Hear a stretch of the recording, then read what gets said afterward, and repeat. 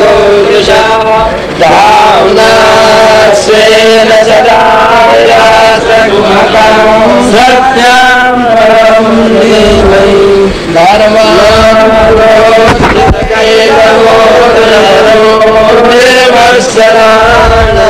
सदां वेद्यं वास्तवमद्रवास्तु शिवदं तापत्रयोन्मूलनं श्रीमद्भागवते महामुनिकृते सद्यो हृद्यवरुध्यते प्रकृतिषु यस्वानुभावमखिलाश्रुतिसारणे मध्यात्मनि प्रमत्तिर्जनान्तमोऽन्यं संसारिणां कर्णयाः प्रदानवीर्यं कल्याससूनुपयामि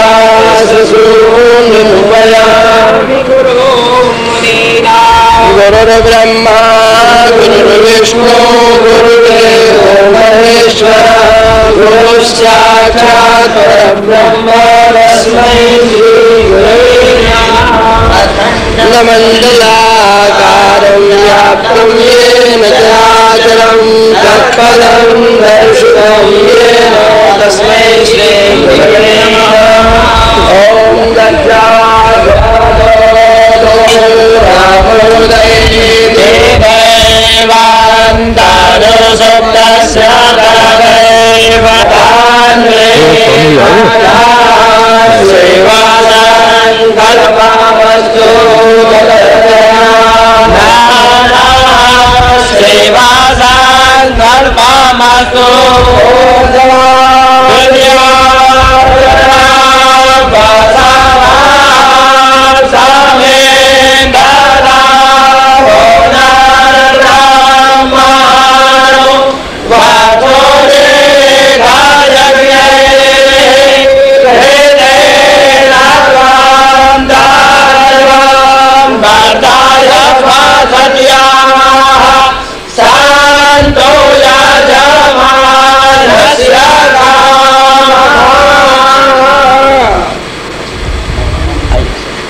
speeches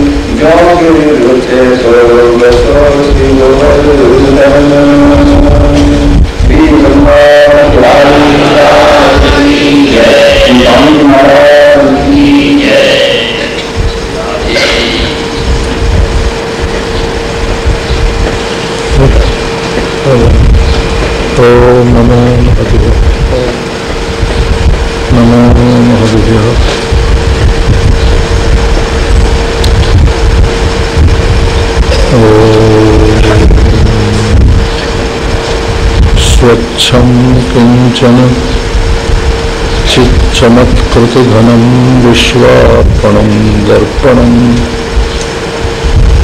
स्वच्छन्दं विमृशामि नाम अहमिदं त्वं तद्विचित्रं महः दिक्कालार्थविकास हास सुषमा विश्वक्रमा विक्रमा स्पन्दन्ते सकला कला अविकलं यस्मिन् जगद्रश्मयः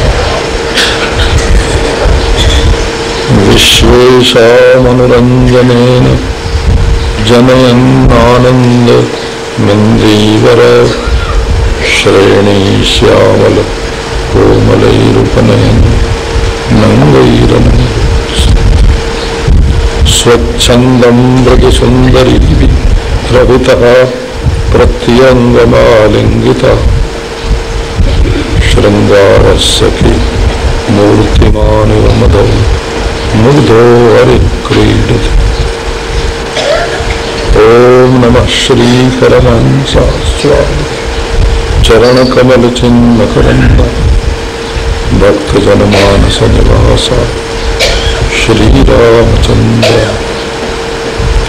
वागीशा यस्य वदने लक्ष्मीर्यस्य च वक्षसि यस्यास्ते हृदये संवित् तं नृसिंहमनुज विश्वसर्ग विसर्गादि नवलक्षणलक्षितं श्रीकृष्णाख्यं परं धाम जगद्धाम नमामि।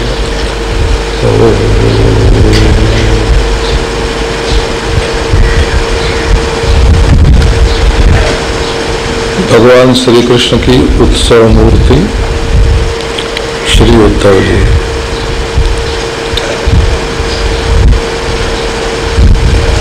जो भगवान की ही चल मूर्ति है और जहाँ भगवान को जाना चाहिए, आना चाहिए, वहाँ भगवान के स्थान पर मिलने के लिए, भगवान की प्रतिज्ञा पूरी करने के लिए वे जाते हैं।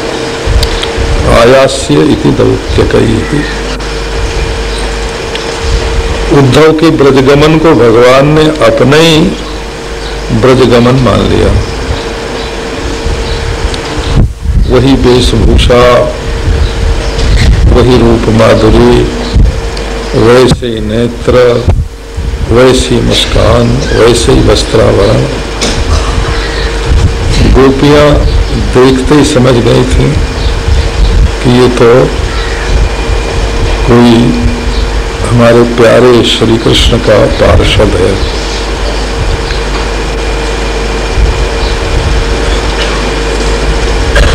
एकांत में सब गोपियां उद्धव जी से मिली और बात करते करते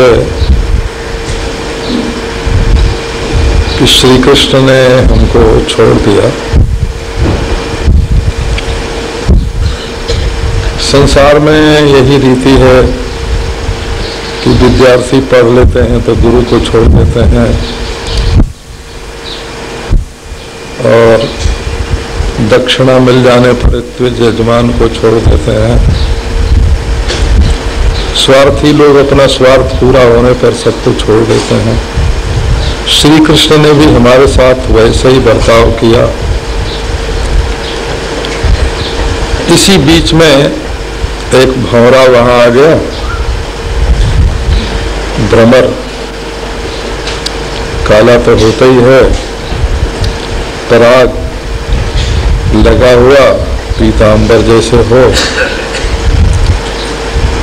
काचिन मधुकरम दृष्ट्वा, काचित, ये स्वयं सुख रूपा है अथवा भ्रमर को देख करके वो व्याकुल हो गई। कुत्सिता चित जस्याह सा काचित, अत्यंत व्याकुल हो गई और भ्रमर को देख करके उसने श्री कृष्ण का दूत समझकर बात करना प्रारंभ किया। ये जो प्रेमी लोग होते हैं, इस संजोग में तो संजोग सुख का अनुभव करते ही हैं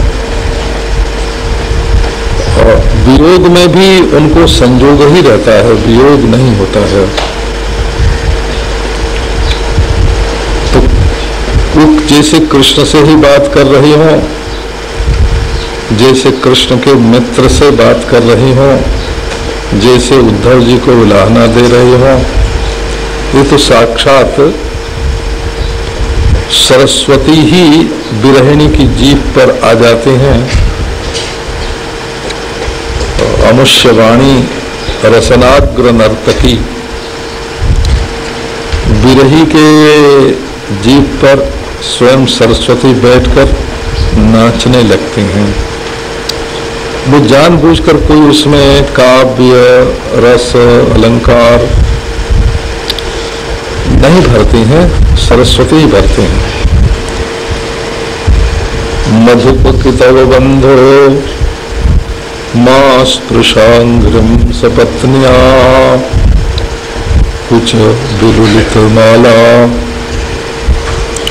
नारायण अनकारे वो मधुप शराबी, वो मधुवंश का स्वामी मधुप मधुपति का वो भौरा तो कितव का कपटी का भाई है, मित्र है। तो यहां से बात प्रारंभ हुई।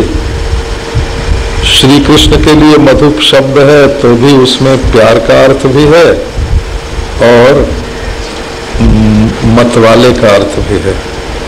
और कितव बंधुओं में कितव शब्द तो श्री कृष्ण के लिए ही है, मधुपश्च कितवश्च, मतवाला भी है और कपटी भी है, उसी के तुम मित्र हो। यहाँ आने का क्या प्रयोजन था? क्यों हमारे चरण छूने जा रहे हो? मत छुओ, तुम गंदे हो, अशुद्ध हो। तुम तो हमारी जो सौतें हैं मथुरा की, उनके वक्षस्थल की सुगंध लेकर, पराग लेकर आए हो। लौट जाओ वहीं, उनका कृपा प्रसाद श्री कृष्ण प्राप्त करें। ये भी एक प्रेम की बोली है। इसका अर्थ तो यही होता है कि आओ आओ हमारे साथ लिपट जाओ, तुम श्री कृष्ण हो, लिपट जाओ, श्री कृष्ण के मित्र हो, पांव छू लो। अत्यंत तिरस्कृत वाच्य ध्वनि बोलते हैं, जैसा बोलते हैं उससे बिल्कुल उल्टा अर्थ होता है। सकृदधर सुधाम स्वाम मोहनीम पाययित्वा। एक बार, केवल एक बार उसने अपने उस अधरामृत का स्वाद हमको दिया था। अब बहुत बार का एक बार मालूम पड़ता है, बारंबार पिए हुए की स्मृति छूट जाती है और फिर उलाहना देते हैं, सुमन सैव सद्यस्तत्यजे स्मान भवाद्रिक। वो भी भौरा तुम्हारे जैसा है, जैसे तुम फूलों का रस पी के छोड़ देते हो वैसे उसने भी छोड़ दिया। ये बाहर से वाणी में निष्ठुरता मालूम पड़ती है, परंतु भीतर कितनी पीड़ा लिए हुए ये वाणी निकलती है।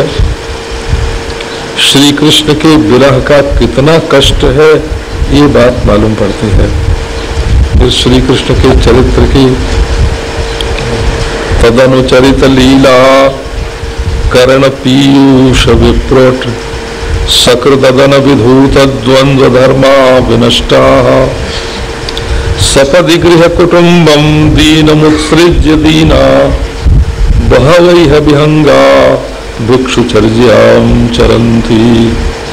श्री कृष्ण के द्वारा की हुई जो लीला सुधा है, उसकी एक फुहिया जिसने केवल एक बार पी लिया, उसके द्वंद्व धर्म मिट गए, गृहस्थी उसकी छूट गई,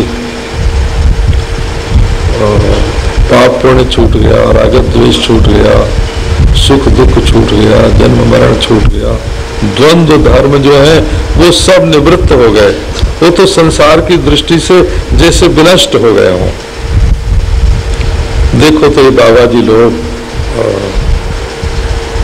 स्वयं तो दीनहीन हो ही जाते हैं, भिखारी बन जाते हैं, अपने घर वालों को भी छोड़ देते हैं और पक्षी के समान वन में जीवन व्यतीत करते हैं और भीख मांग मांग के अपना निर्वाह करते हैं, पेड़ के नीचे रहते हैं। ये कैसे होता है कि ये श्री कृष्ण की लीला के श्रवण में ही इतना चमत्कार है कि संसार के सब सुख भोग उसके सामने फीके पड़ जाते हैं। बाद में उन्होंने कहा, परिचरति कथम तत्पाद पद्मम तू पद्मा। लक्ष्मी जी उनके चरणों की आराधना क्यों करती हैं? कापि बतहृत चेता उत्तम श्लोक जल्पई ही। श्री कृष्ण ने ऐसी मीठी मीठी बातें बनाई कि लक्ष्मी उनके चरणों की दासी बन गई। पर ये है कि हमें उस काले की कोई जरूरत नहीं है। बुधो मैंने सब कार्य अजमाए, परंतु उसकी जो चर्चा है वो छूटती नहीं है। तदलमसित सख्यैर दुस्त्यजस तत्कथार्थ। हमको अब कार्य से मित्रता करने की कोई जरूरत नहीं है, कोई आवश्यकता नहीं है। हाँ, लेकिन उसकी जो कथा का अर्थ है, कथा का अर्थ तो वही है, जिसकी कथा है वही तो कथा का अर्थ है। कृष्ण शब्द का अर्थ क्या है? कि वही सांवरा सलोना ब्रजराज कुमार, वही नंद नंदन, वही मंद मंद मुस्कान वाला, वही प्रेम भरी चितवन वाला, बस वही तो कथार्थ है ना। बोले हमें उसकी मित्रता की जरूरत नहीं है, पर हम उसको नहीं छोड़ सकते हैं, छोड़ नहीं सकते हैं, असमर्थ हैं। रही बात उसके कपट की, तो वो तो जन्म जन्म का कपटी है। उसने छिप के बाली को मारा, उसने बलि का सब कुछ ले करके उसको बांध दिया, उसने शूर्पणखा की नाक कान काट ली।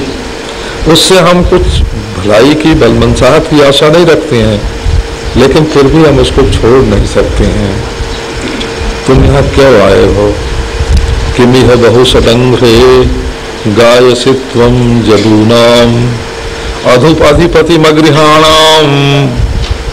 हमारे पास न घर है न द्वार है, और हमारे लिए तो श्री कृष्ण पुराने हैं।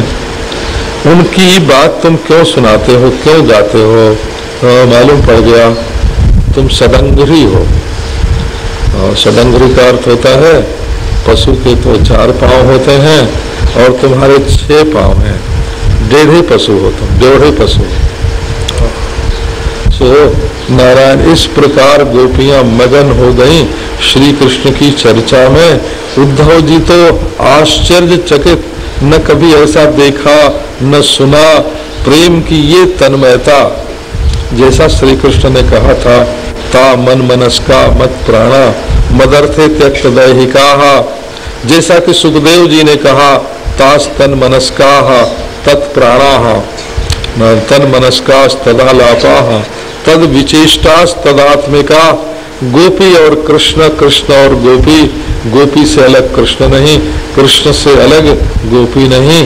बार बार गोपियों को कभी भाव का उदय होए, कहीं भाव शांत हो जाए, कहीं भाव का साबल्य होए। नारायण मिल जाए कई भाव आपस में। अरे तुम तो प्यारे के मित्र हो, आए हो हमारे पास प्रिय सख पुनरागा। आओ आओ, तुम्हें जो चाहिए सो हम देने को तैयार हैं, लेकिन हम कृष्ण के पास जाएंगे नहीं, चाहे तुम कितना भी बुलाओ। अच्छा वे मथुरा में अच्छी तरह तो है ना, उनको कोई कष्ट तो नहीं है। मथुरा की नागरियां जो हैं वो उनकी सेवा तो करते हैं, और कभी कभी स्वैर कथांतरे, कभी जब स्वच्छंद बातचीत होती रहती है तो हमारा नाम लेते हैं कि नहीं।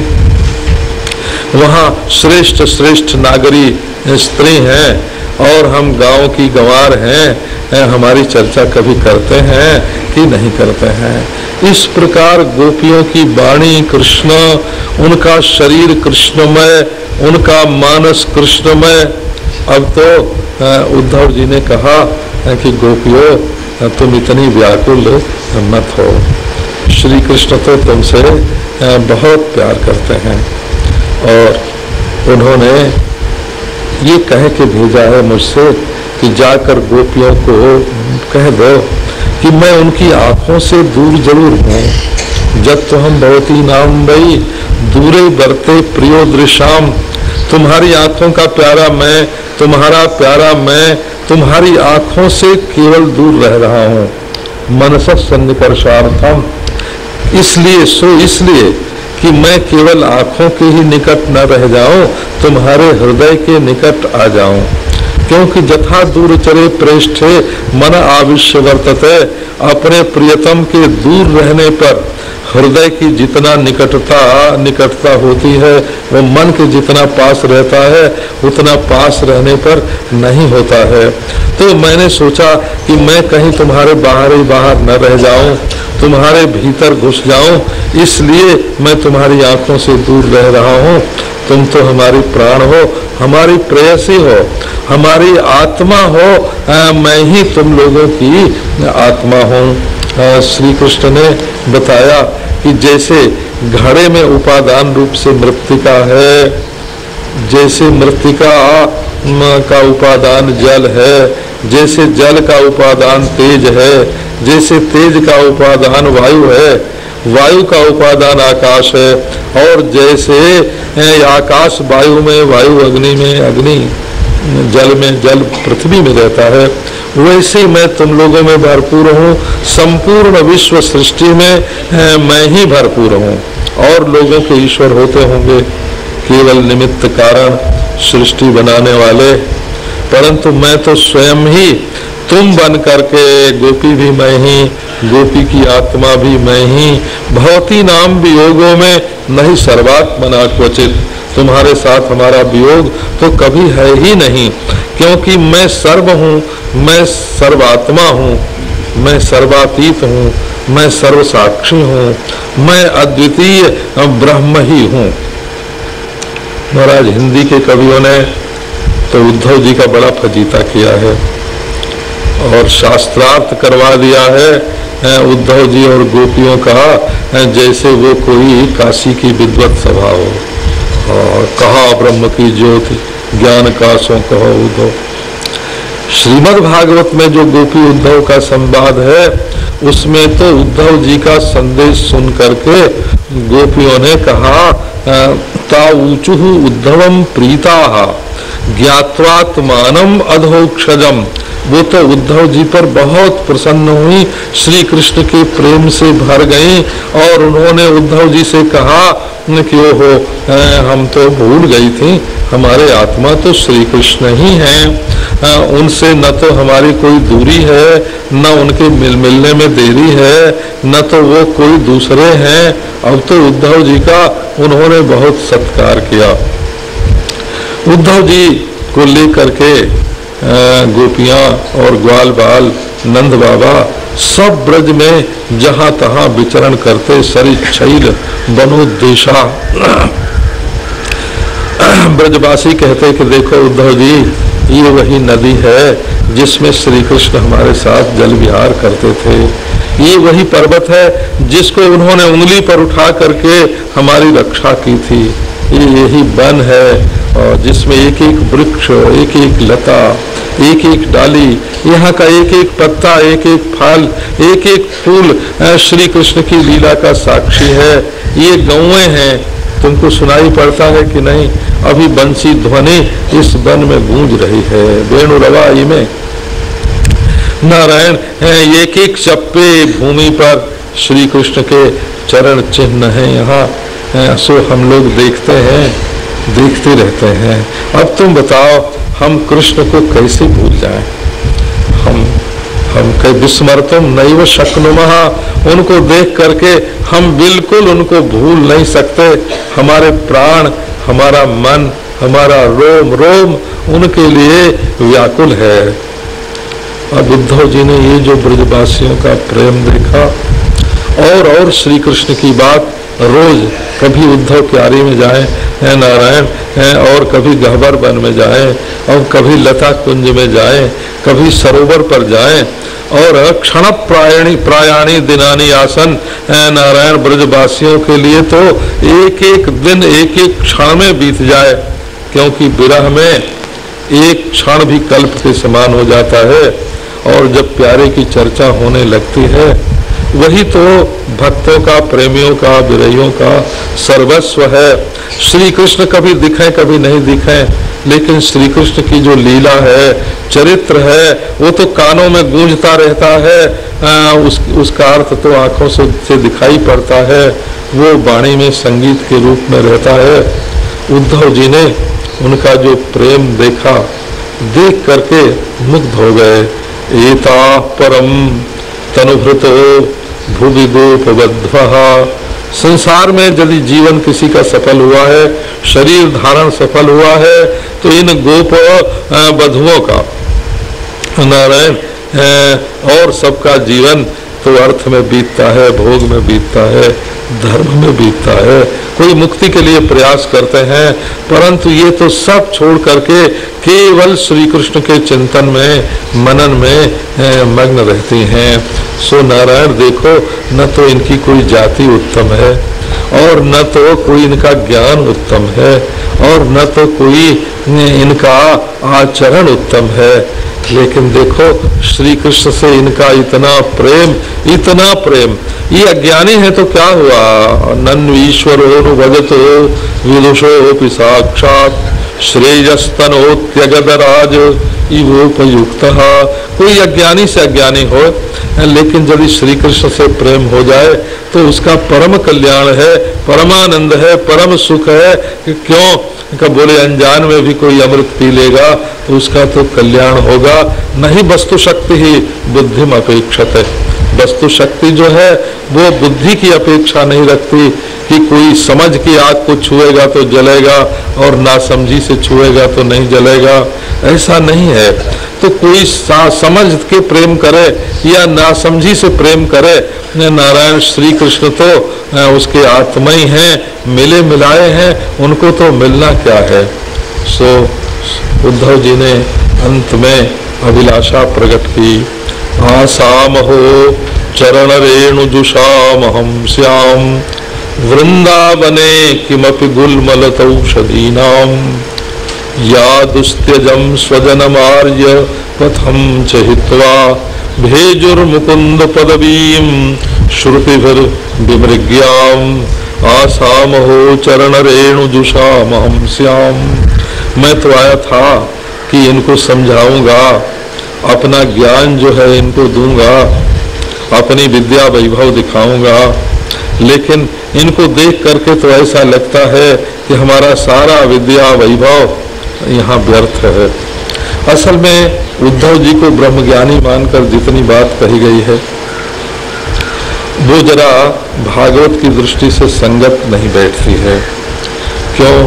तो उद्धव जी को तो ब्रह्म ज्ञान तब हुआ जब भगवान श्री कृष्ण अपने परम धाम को जा रहे थे और उस समय उद्धव जी को उपदेश किया। उसके पहले जब ब्रज में आए थे उद्धव जी, तब तो बृहस्पति की विद्या और अपनी बुद्धि, जदुवंशियों का मंत्रित्व, श्री कृष्ण का सखित्व, यही था उनके अंदर। ऐसा प्रेम तो उन्होंने कभी देखा ही नहीं था जैसा गोपियों का। बोले कि बस बस मैं तो इनके चरणों की रेणु, इनके चरणों की धूल जिन पर पड़ती हो वही कुछ हो जाऊं। क्या होना चाहते हो उद्धव जी? तब बस वृंदावन में किमपि गुल्म लतौषधीनाम, छोटे छोटे जो क्षुप हैं, वृक्ष हैं, कोई झाड़ी बन जाऊं, गुल्म बन जाऊं, गुल्म माने झाड़ी, मैं कोई झाड़ी बन जाऊं, कोई लता बन जाऊं, और कोई जौ गेहूं चना दूब घास यहाँ बन जाऊं कि इनके चरणों की जो धूल है वो हमारे ऊपर उड़ उड़ के पड़ती रहे। जा दुस्त्यजम स्वजनम आर्य पथंच हित्वा। गोपियों में ऐसी क्या विशेष है, क्या विशेष बात है कि तुम इनके चरणों की धूल चाहते हो? तो उन्होंने बताया कि इनका त्याग देखो पहले। जा दुस्त्यजम स्वजनम आर्य पथम च हित्वा। ये इनका अपने स्वजनों से प्रेम था, माता से, पिता से, भाई से, पति से, पुत्र से बड़ा प्रेम था। नारायण उनकी सेवा में ही संलग्न थी। लेकिन श्री कृष्ण का से जब प्रेम हुआ तब स्वजन की ओर से इनकी दृष्टि हट गई। दुस्त्यजम स्वजनम हित्वा, जो दुस्त्यज स्वजन थे इनके लिए और सबके लिए भी उनका इन्होंने परित्याग किया। और दुस्त्यजम आर्य पथम च हित्वा, आर्य पथ को छोड़ना नारायण कोई आसान बात नहीं थी। बड़ी संस्कारी ये गोपियां, इनके चित्त में तो धर्म का बड़ा प्रेम, बड़ा संस्कार, लेकिन श्री कृष्ण के प्रेम में आकर इन्होंने स्वजन माने स्वजन संबंधी अर्थ और काम और आर्य आर्य पथ माने धर्म और धर्म का फल मोक्ष, उसका भी परित्याग करके भेजुर मुकुंद पदवीम, इन्होंने मुकुंद जो श्री कृष्ण हैं उनकी पदवी का अनुसरण किया। मुकुम मुक्तिम ददाती थी मुकुंदा, जो संसार से मुक्त कर दे उसका नाम मुकुंद, अथवा मुकुम मुक्तिम दियाती दो अखंडने, जो मुक्ति छुड़ा करके प्रेम दे उसका नाम मुकुंद, अथवा मुंह मुखे कुंदवद हासो जस्य, जिनके मुख पर कुंदकली के समान बत्ती सी जिनके मुख में खिली रहती है, उन श्री कृष्ण से इन्होंने प्रेम किया। वो मुकुंद पदवी कैसी है? कश्रुतिभिर विमृग्याम, ये जो ऋग्वेद सामवेद ऋग्वेद यजुर्वेद सामवेद अथर्ववेद की जो श्रुतियां हैं, ब्राह्मण आरण्यक सहित उपनिषद सहित ये जो श्रुतियां हैं, ये तो श्री कृष्ण की पदवी का अभी अनुशीलन कर रही हैं, अनुसंधान कर रही हैं, खोज कर रही हैं। तो क्यों खोज कर रही हैं कि श्रुतियों ने अपना जो परम तात्पर्य बताया वो ये बताया कि ये आत्मा जो है यही सबसे प्यारा है। नवारे सर्वस्य कामाय सर्वम प्रियम भवति, आत्मनस्तु कामाय सर्वम प्रियम भवति। तस्मात् ये प्रिय प्रियतर प्रियतम तो अपना आत्मा ही है। लेकिन गोपियों ने महाराज श्री कृष्ण से जो प्रेम किया, वो प्रेम तो ऐसा उन्होंने किया कि जिसमें आत्म प्रेम नहीं है। निजांगम अपि जागोप्यो ममेति समुपासते ताभ्य परम न में किंचन निगूढ़ प्रेम भाजनम।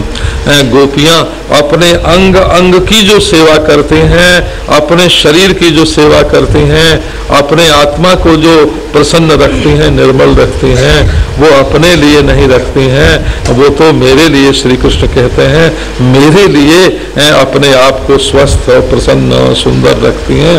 वे अपने लिए मुझको नहीं चाहती, मेरे लिए अपने को चाहती हैं। ये उनकी विशेषता है। ताभ्या परम न में किंचन निगूढ़ प्रेम भाजनम, हमारे निगूढ़ प्रेम का, गुप्त प्रेम का पात्र तो उनके सिवाय दूसरा और कोई है ही नहीं। ये गोपियों की स्थिति, श्रुति जिस बात को ढूंढना चाहती हैं, वो क्या वस्तु है जो गोपियों में है, जिनके अधीन श्री कृष्ण हैं। हम तो ढूंढते ढूंढते जतो वाचो निवर्तनते अप्राप्य मनसा सह, हम तो लौट के आ गई मन के साथ, और गोपियां जो हैं उनके साथ रस रास विलास करती हैं। इनमें क्या विशेषता है? सो वो ढूंढती रहती हैं। भेजुर मुकुंद पदवीम श्रुतिभिर विमृग्याम। ऐसे उद्धव जी तो 4 महीने गए थे 2 दिन के लिए और रह गए ब्रज में 4 महीने तक। जब वो वहां से नारायण लौटने लगे, बताया कि देखो जितना भी दान है, व्रत है, तप है, स्वाध्याय है, संयम है, उनके द्वारा श्री कृष्ण में प्रीति सिद्ध की जाती है, जिससे भगवान की भक्ति मिले वही किया जाता है। दान व्रत तपो नारायण यज्ञ दान स्वाध्याय संयमयी श्रेयो भीर विविधैश्चान्यैः कृष्णे भक्ति ही साध्य थे। सो वो भक्ति तुम लोगों को मिल गई। गोपियों, तुम लोगों ने तो एक ऐसा मार्ग चलाया जो अब तक भक्ति के विभागों में था ही नहीं। भक्ति प्रवर्तिता दृष्टिया मुनीनामपि दुर्लभा। बड़े बड़े ऋषि मुनि जो भक्ति करते हैं नारायण, उस भक्ति से भी विलक्षण, उनके लिए भी जो एक दुर्लभ भक्ति थी, वो भक्ति तुम लोगों ने एक नवीन आविष्कृत कोपी नवीन मार्ग, तुम लोगों ने भगवान की भक्ति करने के लिए कोई नया मार्ग निकाल दिया कि जो लोग संसार में दूसरों के प्रेम में, दूसरों के संबंध में, दूसरों की अहंता ममता में फंसे हुए हैं, वो अपने संबंध को, प्रेम को, रिश्ते नाते को, अपनी अहंता ममता को श्री कृष्ण से जोड़ दें, उनके साथ एक संबंध बना लें कि मेरे प्यारे हैं श्री कृष्ण, मेरे यार हैं श्री कृष्ण। नारायण ये तो मुनियों के लिए भी जो दुर्लभ भक्ति थी वो तुम लोगों ने प्रकट कर दिया। भक्ति प्रवर्तिता दृष्टिया तुमने इस भक्ति मार्ग का प्रवर्तन किया। अब जब चलने लगे उद्धव जी तो सब ब्रजवासी इकट्ठे हुए और इकट्ठे होकर के उन्होंने श्री कृष्ण के लिए भेंट की वस्तुएं दी। जसोदा मैया ने नारायण ला करके श्री कृष्ण की बांसुरी दे दी और ताजा माखन निकाल करके दिया, मिश्री दिया। उद्धव जी वहाँ हमारा लाला बांसुरी कैसे बजाता होगा, ना वहाँ हमारे लाला को माखन मिश्री कैसे खाने को मिलती होगी, उसको कौन इतना प्यार देता होगा। अब गोपियां तो केवल उनकी आंखों से आंसू गिरे, बोला तो जाए नहीं। अंत में ब्रजवासियों ने कहा महाराज मनसो वृत्तयो न स्युः कृष्ण पादाम्बुजाश्रयाः वाचो विधायिनीर नाम नाम कायस्तत् प्रवणादिषु।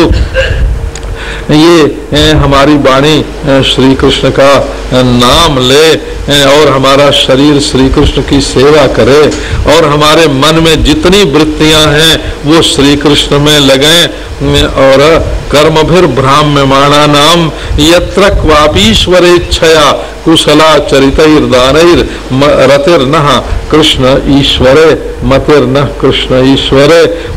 हम पुनर्जन्म से हमको कोई डर नहीं है, बारंबार कर्म के अनुसार हमको पुनर्जन्म मिले और चाहे जहाँ कहीं भी मिले, हम पशु पक्षी हो जाएं तब भी, लता वृक्ष हो जाएं तब भी, ब्रज की धूल और घास हो जाएं तब भी और हरिणी गाय हो जाएं तब भी।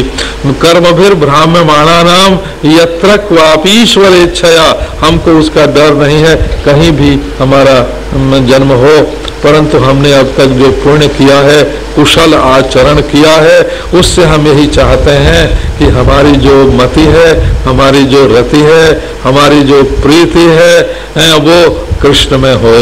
और यदि ईश्वर कोई है, रतिर न कृष्ण ईश्वरे न ईश्वरे कृष्णे रतिरस्तु, हमारा ईश्वर यदि कोई है तो कृष्ण है, यदि कृष्ण ही ईश्वर नहीं है तो हम उस ईश्वर को नहीं जानते, नहीं चाहते। हमको तो कृष्ण ही ईश्वर है और उसी को चाहते हैं।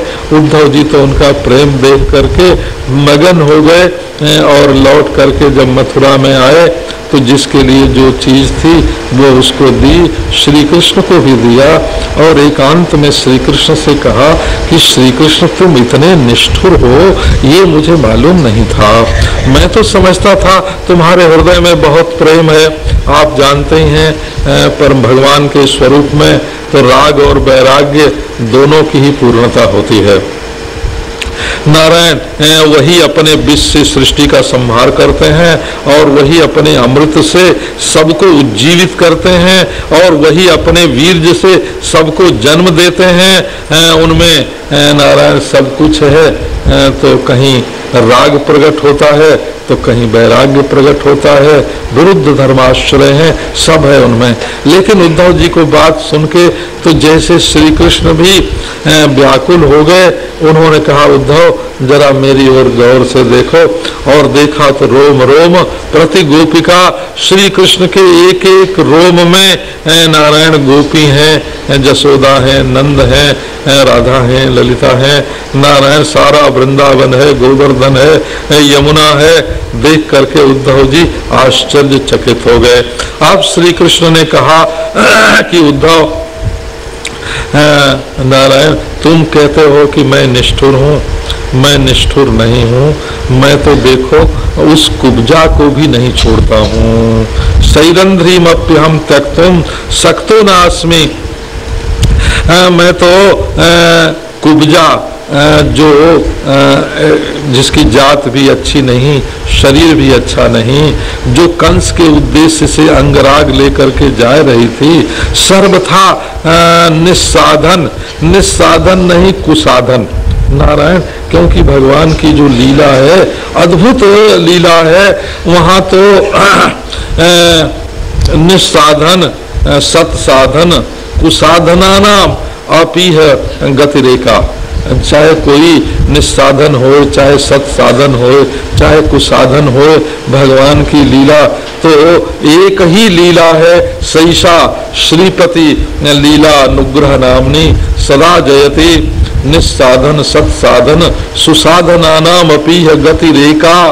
सैषा श्रीपति लीला अनुग्रह नामनी सदा जयति, ये भगवान की कृपामयी लीला है। वो तो सत साधन करने वालों पर भी बरसती है, निस्साधनों पर भी बरसती है और कुसाधनों पर भी बरसती है।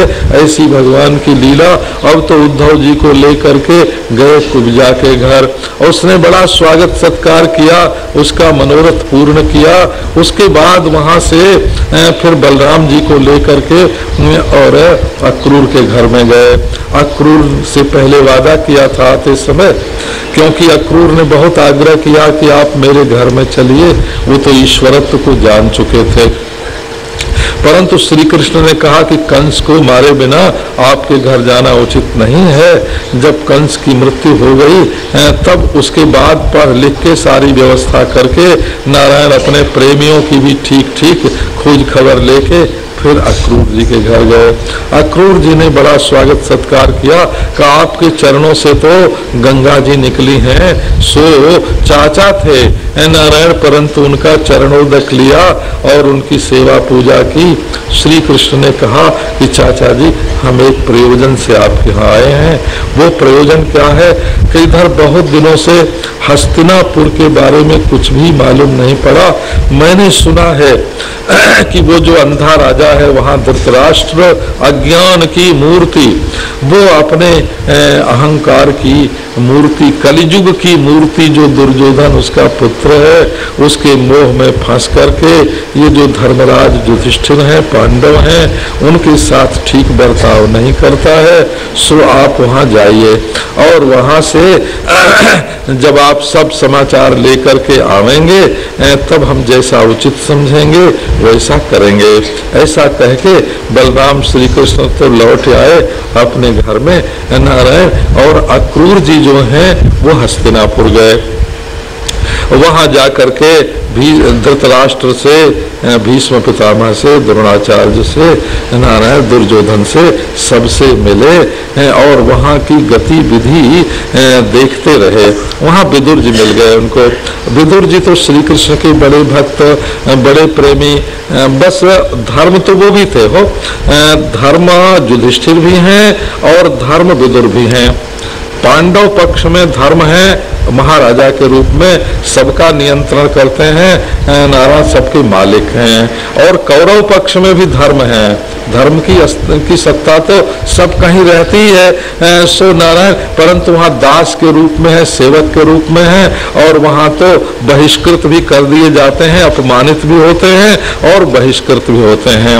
यही धर्मराज के पक्ष माने यही पौरव और कौरव पक्ष की यही विशेषता है नारायण कि पांडवों में धर्मराज युधिष्ठिर राजा हैं और कौरवों में धर्म जो है वो दास हैं, सेवक हैं, अपमानित हैं और बहिष्कृत हैं नारायण। अब वो विदुर जी ने वहाँ की सब बात जो सच्ची सच्ची थी वो सुनाई। और अक्रूर जी एकांत में कुंती से मिले, क्योंकि कुंती तो वसुदेव जी की बहन थी नारायण। अब वो मिले तो कुंती की आंखों से तो झरझर आंसू गिरने लगे और वो कहने लगी कि देखो सारी दुनिया तो हमको कष्ट देती ही है, परंतु हमारे भाई बंधु और हमने सुना हमारे भतीजे श्री कृष्ण साक्षात परमेश्वर हैं, सर्वशक्तिमान हैं, सर्वज्ञ हैं, परम दयालु हैं, उनका हृदय बड़ा करुण है, परंतु उन्होंने भी हम लोगों की उपेक्षा कर रही है। कुंती रोते रोते उसको ऐसा दिखने लगा कि जैसे श्री कृष्ण उसके सामने खड़े हों।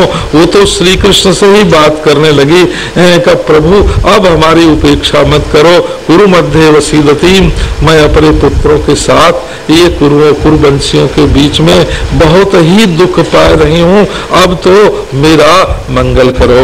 अक्रूर जी धृतराष्ट्र के पास गए और उनको समझाया कि देखो धृतराष्ट्र, ये पांडव भी तुम्हारे पुत्र ही है, नारायण पांडु और तुम भाई भाई, राजा तो पांडु थे, उनके ये पुत्र हैं।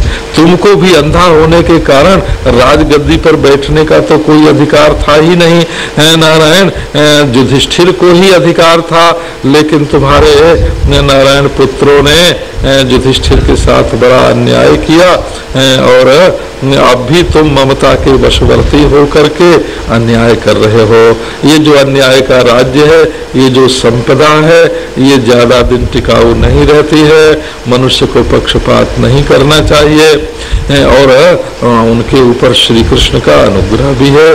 सो धृतराष्ट्र बोले कि अक्रूर जी, तुम जो कह रहे हो वही तो मैं भी कहता हूँ। तुम्हारी राय में और मेरी राय में कोई फर्क नहीं है, लेकिन मेरा हृदय जो है वो अपने पुत्रों के प्रति पक्षपाती हो गया है और पक्षपाती हो जाने के कारण मोह ममता के बस में होकर मैं वस्तुतः अंधा हो गया हूँ। आंख का ही अंधा नहीं हूँ, बुद्धि का भी हृदय का भी अंधा हो गया हूँ। क्या करूँ, ये छूटते नहीं है। भगवान की जैसी इच्छा होगी वैसा होगा। सो वहाँ का समाचार लेकर के अक्रूर लौट आए और श्री कृष्ण को उन्होंने सब निवेदन कर दिया। अब इसके आगे ये वर्णन करते हैं कि ये नहीं कि कंस मर गया तो मथुरा में बड़ी शांति हो गई और उपद्रव हो गया। असल में मरने मारने से जो शांति होती है वो टिकाऊ नहीं होती है। सो महाराज कंस तो हिंसा की मूर्ति ही था। कंसती सबको बहुत सताता था, बहुत दुख देता था नारायण, परंतु श्री कृष्ण ने उसको नष्ट कर दिया। अब उसकी दो पत्नी थी, उनका नाम था, एक का नाम था अस्ति और एक का नाम था प्राप्ति। ये आसुरी संपदा का रूप है। हो इद मध्य मया लब्धम इमं प्राप्त से मनोरथम इदम अस्तिदमपि में भविष्यति पुनर्धनम। इसमें अस्ति और लब्धम, इन दोनों से अस्ति और प्राप्ति की सूचना मिलती है। जैसे कोई लोभी मनुष्य अपने घर में जो धन हो, हम एक के बारे में जानते हैं कि वो अपना कमरा खोल के तिजोरी खोल लेते थे और नारायण घंटे 2 घंटे 3 घंटे तक गिनते रहते थे कि हमारे घर में कितने गिनने हैं। नारायण एकदम अस्ति, इतना हमारे घर में है, और फिर सोचते मनोराज्य करते का ये इतना और हो जाएगा, भविष्यति पुनर्धनम, इतना और होगा। तो अस्ति और प्राप्ति ये दोनों जो हैं वो हिंसक, टुकड़ा टुकड़ा करने वाला, ये मेरा ये मेरा ये मेरा, ऐसा जो अभिमान, उसकी दो पत्नी हैं, एक अस्ति प्राप्तिश्च भारजे द्वे। ये नारायण कंस की दो पत्नी थी और ये पुत्री किसकी थी? तो जरासंध की। जरासंध माने जो पहले दो चीज थी, अलग अलग दो टुकड़े थे, उनको जोड़ करके जो बनाया गया था, इसका नाम है अध्यास। नारायण अतस्मिस तद बुद्धि, जो नारायण दो है उसको एक कर लिया। अब ब्रह्म काल में नारायण ये भ्रांति से दिखने वाली वस्तु और अधिष्ठान वस्तु दोनों की एकता प्रतीत होती है। तो भ्रांति काल में भी एकता प्रतीत होती है और तत्व ज्ञान होने पर बाद काल में भी एकता प्रतीत होती है, परंतु ब्रह्म काल में जड़ की एकता प्रतीत होती है और बाद काल में चेतन की एकता प्रतीत होती है। और सब जो कार्य कारण भाव हैं, विशेषण विशेष्य भाव हैं, नारायण गौण मुख्य भाव हैं, वो तो सब नारायण उर्ले हैं, वो तत्वस्पर्शी नहीं है। सो ये दोनों जरासंध की थी बेटी और कंस के मरने पर ये गिरिव्रज में, बिहार में, जहाँ जरासंध की राजधानी थी, वहाँ चली गईं। अब तो जरासंध को बड़ा दुख हुआ कि हमारा जमाई मारा गया। उसने तो 23 अक्षौहिणी सेना, जितनी भी प्रकृति में विकृतियां और कार्य जो हैं वो हो सकते हैं, उनको प्रकृति विकृति दोनों, मूल प्रकृति तो अलग रह जाती है, परंतु उनके जो 23 कार्य हैं मानो उनके बराबर, और सेना इकट्ठी की और उसने मथुरा पर चढ़ाई की, 17 बार चढ़ाई की।